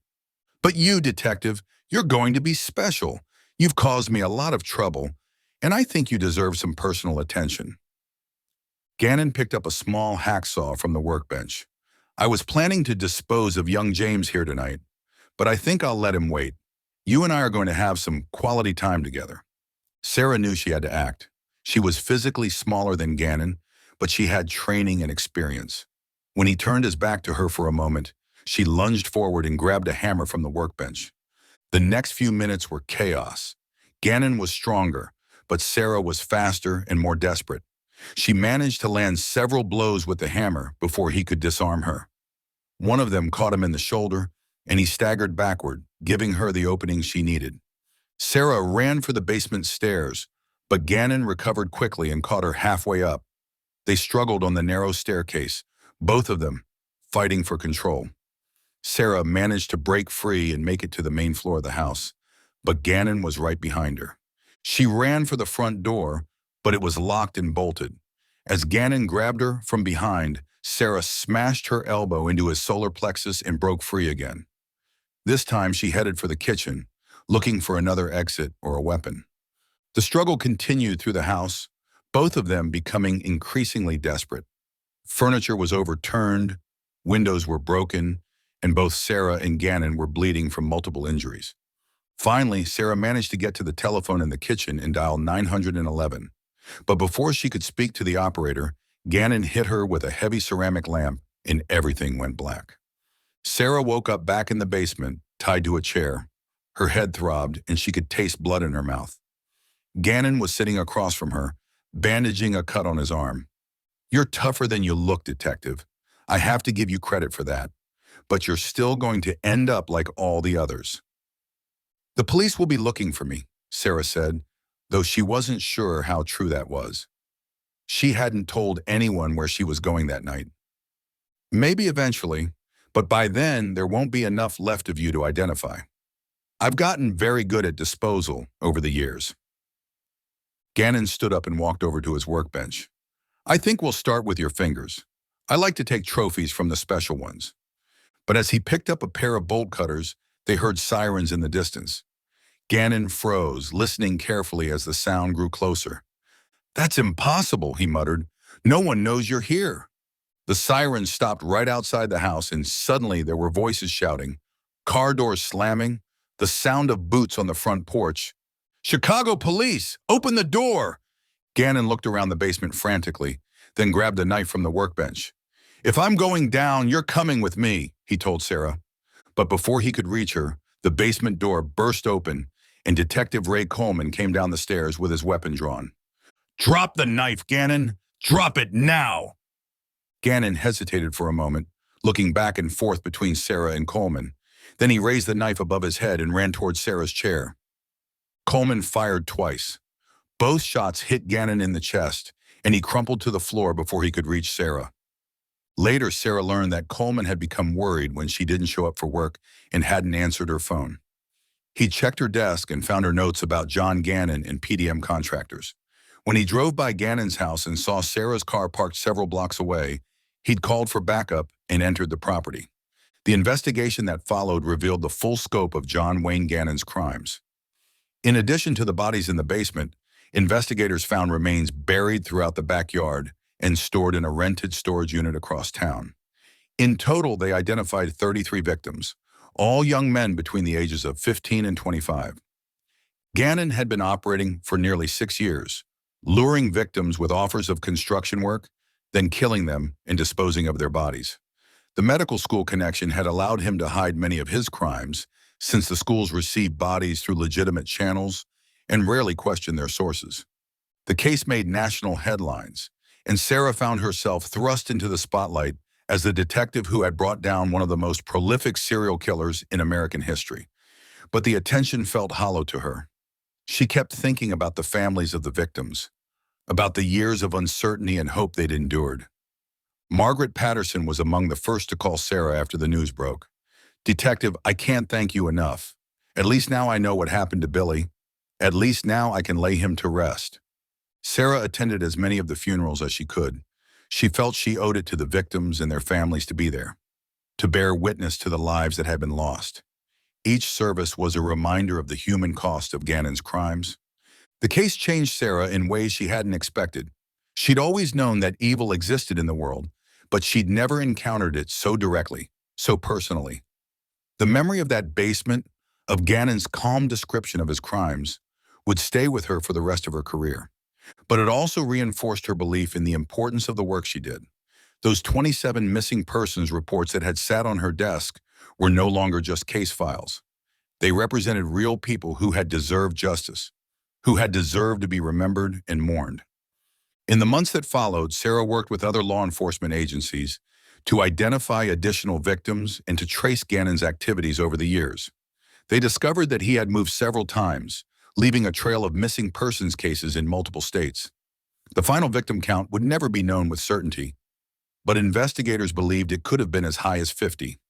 The Gannon case became a turning point in how law enforcement agencies shared information about serial crimes. Sarah testified before congressional committees about the need for better coordination between jurisdictions, better tracking of missing persons cases, and more resources for investigating crimes that cross state lines. But for Sarah, the most important outcome was simpler. 33 families finally had answers. They could stop wondering, stop hoping, stop waiting by their phones for calls that would never come. The not knowing had ended, and while the truth was terrible, it was still better than uncertainty. Years later, when Sarah had retired and was teaching criminal justice at a local college, students would ask her about the Gannon case. They wanted to know about the investigation techniques, the legal procedures, the psychology of serial killers. Sarah would tell them about those things, but she would always end with the same message. Behind every case file, every crime statistic, every news headline, there are real people. Victims who had hopes and dreams and families who loved them. And sometimes if you're thorough enough and lucky enough and willing to take risks, you can bring those people home.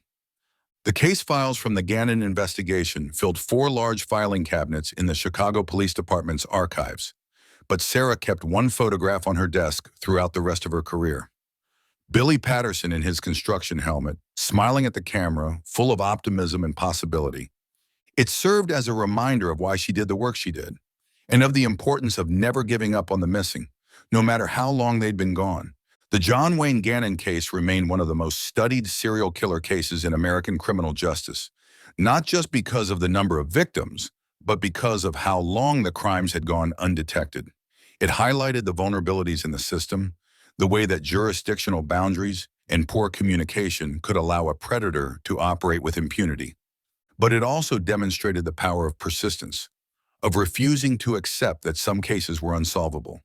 Sarah Martinez became a symbol of that persistence, and her story inspired a generation of detectives to look harder, dig deeper, and never stop fighting for the victims who could no longer fight for themselves. In the end, that was John Wayne Gannon's true legacy. Not the horror he inflicted, but the determination he inspired in those who sought to bring him to justice. The clown's shadow had fallen across dozens of lives, but it could not extinguish the light of those who refused to let his victims be forgotten. Case 6, the Handon Murders. On the frigid evening of January 28, 1967, a shocking ambush in the Stockholm suburb of Handon left 2 police officers and 1 security guard dead. The attack, later dubbed the Handon Murders, marked one of the bloodiest days in modern Swedish law enforcement history and shook the national sense of security to its core. The night began routinely. A Loomis security van arrived at the Handon shopping center just after 6:15 p.m. to collect weekend takings from the Sparbanken Bank branch.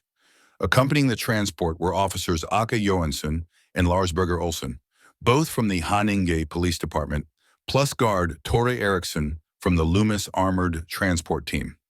The bank had closed at 6 p.m., and the staff had left moments before.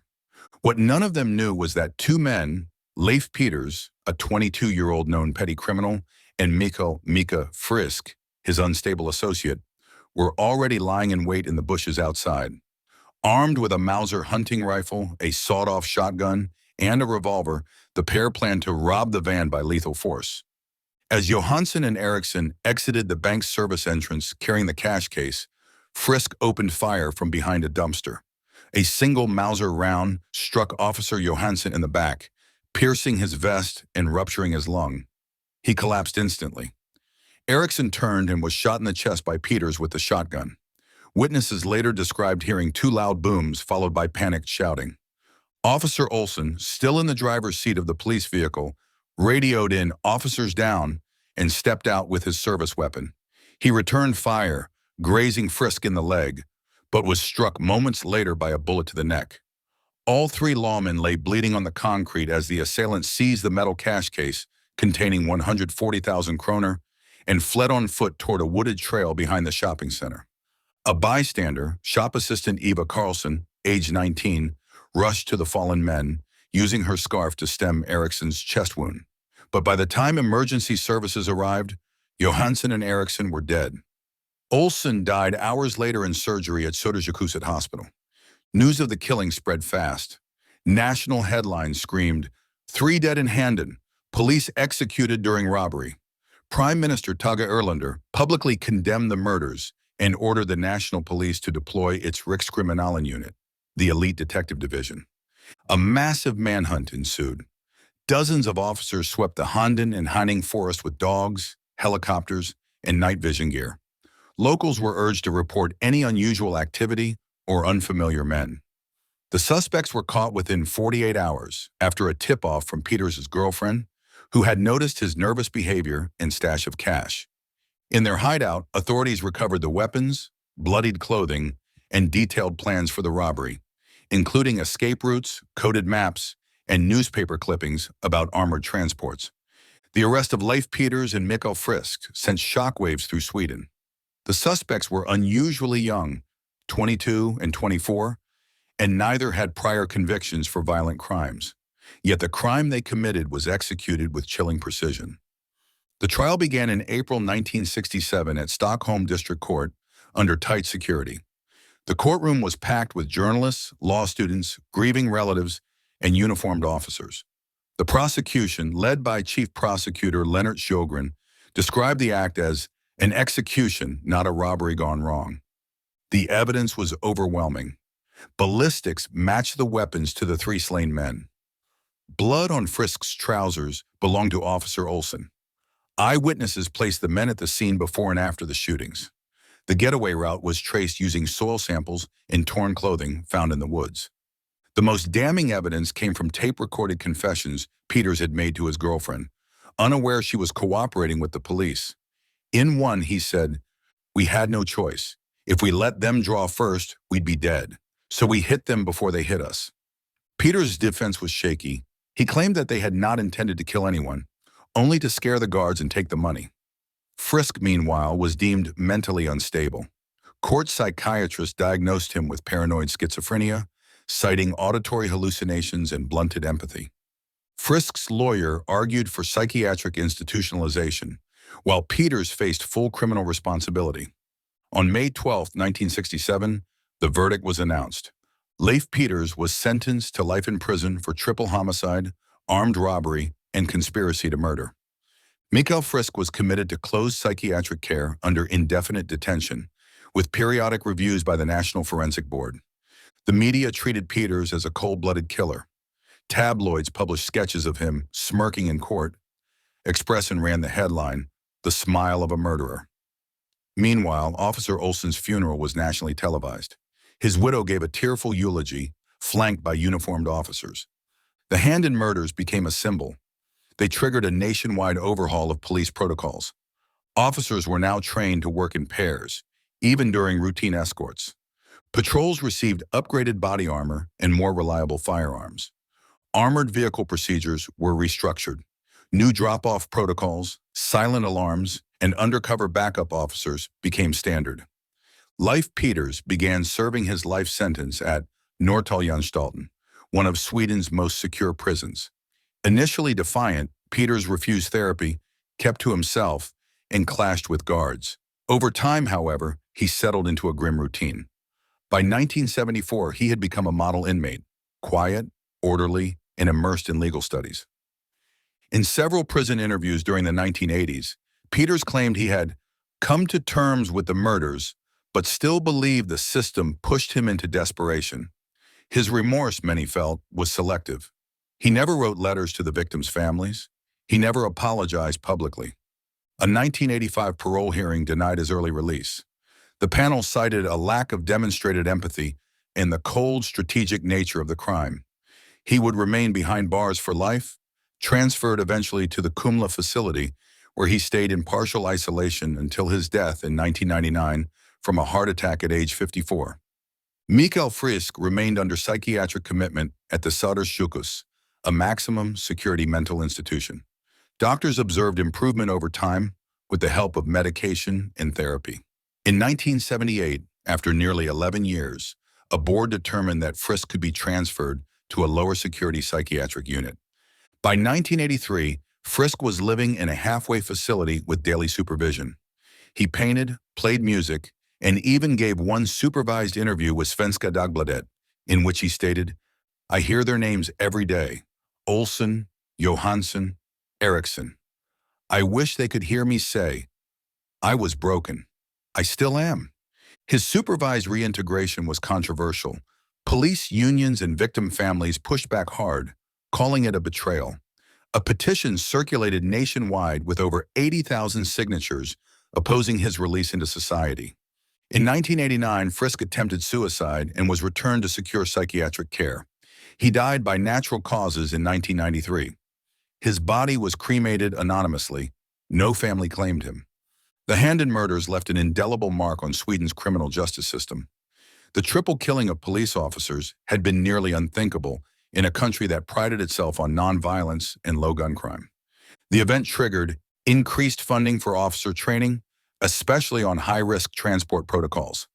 Legislative changes, allowing for longer sentences for accomplices in lethal crimes. A cultural shift in Sweden's attitude toward policing, from a lightly armed civil service to a more structured, prepared, and defensive force. Each year, on January 28th, a wreath is laid at a memorial outside Haninge police station, bearing the names of the fallen: Ake Johansson, Lars Berger Olsen, Tore Eriksson. The case remains a landmark in Swedish criminal history, not just for its brutality, but for how it forced the nation to confront the cost of underestimating desperation, planning, and the violent potential of the unheard. Thank you for joining me in the darkness tonight on Midnight and Murder. Until we meet again when the clock strikes 12, stay curious, stay safe, and remember, the truth is often stranger and more chilling than fiction. Sweet dreams.